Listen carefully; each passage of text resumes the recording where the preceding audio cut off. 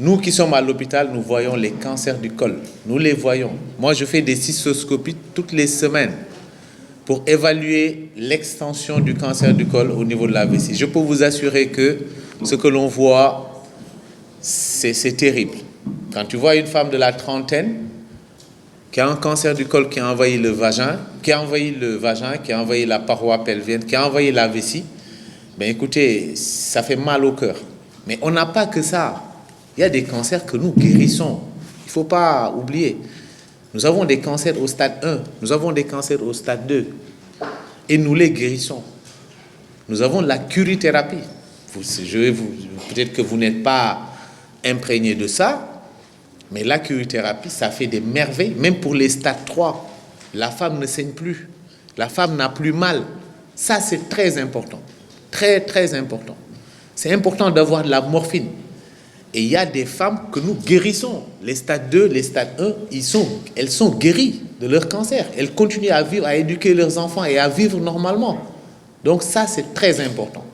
Il ne faut pas vous dire, comme on a voulu nous le faire avaler au début quand il y avait le vaccin, laissez tomber tout ce qui est dépistage, ne vous fatiguez pas, écoutez, c'est la vaccination. Non. Aujourd'hui, c'est l'OMS qui dit, faites un focus sur la vaccination, mais investissez dans le dépistage en termes de ressources humaines et de moyens. Mettez en place un algorithme efficace. Ayez des services de radiothérapie.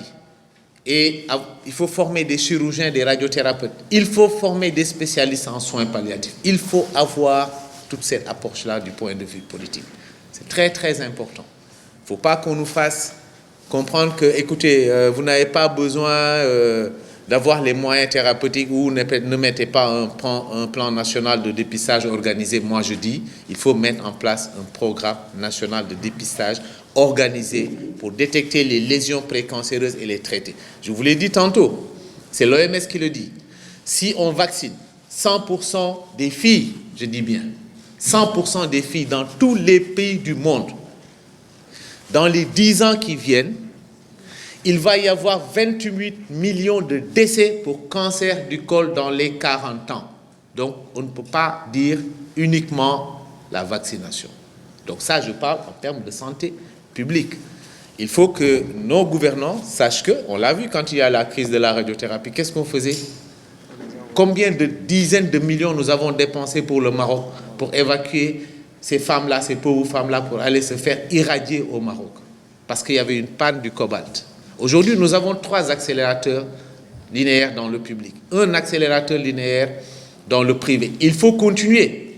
Il faut continuer. Nous avons donné des bourses pour la radiothérapie. Il faut continuer ça. Il faut former des chimiothérapeutes.